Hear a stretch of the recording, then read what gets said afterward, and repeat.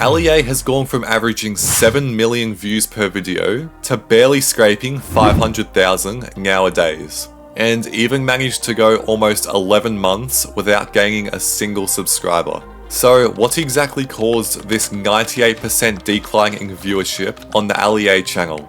Well, there's many different contributing factors, but the main one being the fact that Ali's viewership is directly tied to the game he is playing. In the early days of his channel, over 14 years ago, his content was primarily focused on Call of Duty videos. However, instead of simple gameplay videos, Ali would tend to lean towards update news, informational videos, and tips and tricks. Showcasing new items within the game would be interesting to people that currently play that game, but to people who don't, they aren't going to be interested in watching that kind of content. Pretty simple. But over the course of 14 years, it's obvious that Ali wasn't going to be able to create the same content forever. It came to no surprise that the Call of Duty games would slowly die down, and it was at about July of 2016 when Ali's channel had seemingly hit a stalemate. He went from anywhere of just shy of 100 million views just a year prior to barely scraping 20 million for basically the next 12 months. However, after Fortnite Battle Royale was released in September of 2017, Ali made the decision that would single-handedly change the rest of his life. Keep in mind that Ali had a community of over 9 million subscribers before making the full-time switch to Fortnite, so he was practically leaving behind 9 million people who were invested in watching his Call of Duty videos in the hopes that Fortnite would perform better on his channel. It didn't do amazing at first, Ali said, but you are never going to jump straight into a game and it do amazing straight away. Your audience needs to decide if they like the game. It's an adjustment process. Some of the videos did okay, and I started to do one every week or so. Then they just started doing really well. They would get more views in the first hours than a COD video would do in a day. So I started investing more time in it. I started to get better at it. Then I started to shift all my focus over to the game because it was doing so well, because I was enjoying it, and because the audience was enjoying it so much. And with Fortnite's initial success with 30 million players in the first 3 months, it's no shocker that Ali's views began skyrocketing once again.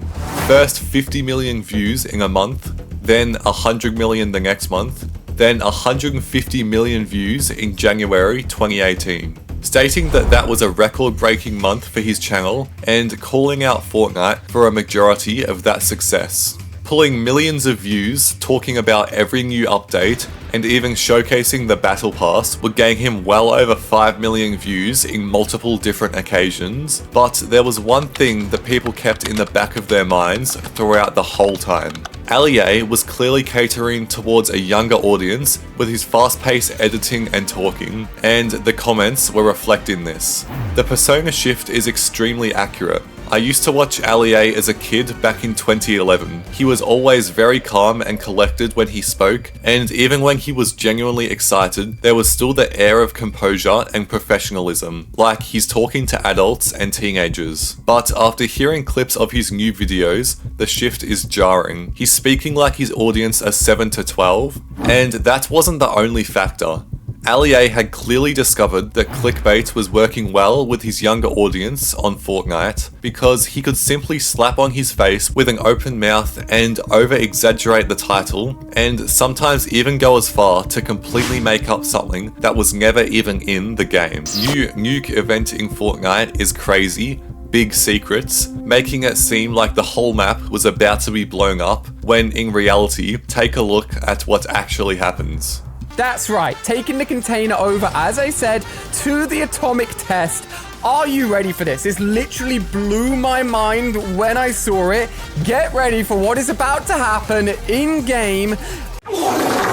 In a literal nuclear bomb goes off, albeit in miniature form, on the Fortnite map. A nuke event in-game. Are you kidding me, Blobs? But with Social Blade predicting he makes anywhere upwards of $9 million a year, he's obviously going to continue to create these sort of videos. However, eventually the clickbait had caught up to him because the older audience started to realize that every video had new in the title, just to try grab as much attention as possible, and therefore there began to pop up several subreddits that were hating on him and realizing he was only doing it for the money. But can you even really blame him? He may have just gotten lucky trend hopping, because when you look at Ninja's analytics, there's practically no difference in when and how fast both of their channels exploded into virality, with both creators gaining millions of subscribers each month. To furthermore talk about Allié's downfall,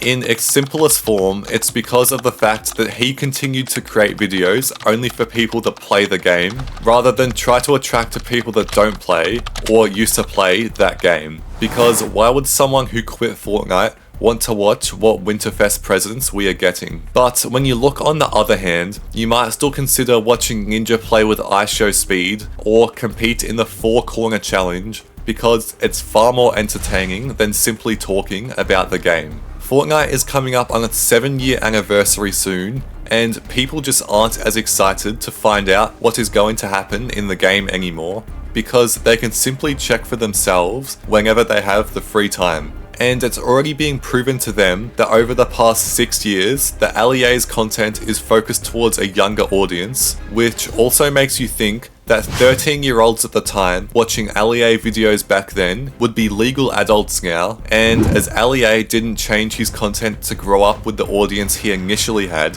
he's never going to attract to those people again, which will only decrease the views he's going to get in the future. But the overall slow decline of Fortnite will obviously take its toll on viewership on YouTube. Not just on the Allié channel, but many other Fortnite creators as well, like Muselk and Tfue. So it's not like he's the only one facing this ultimate decline. However, as YouTube Shorts seem to be allowing creators to achieve literal billions of views on a 60-second video, it didn't shock anyone when Ali started posting these videos as well. What's the fastest vehicle in Fortnite? The OG Bear is reliable on all surfaces and has the exact same top speed as the Quad Crasher that hasn't been seen in game for over 500 days. The Driftboard is just faster than them both and makes for some crazy trick shots.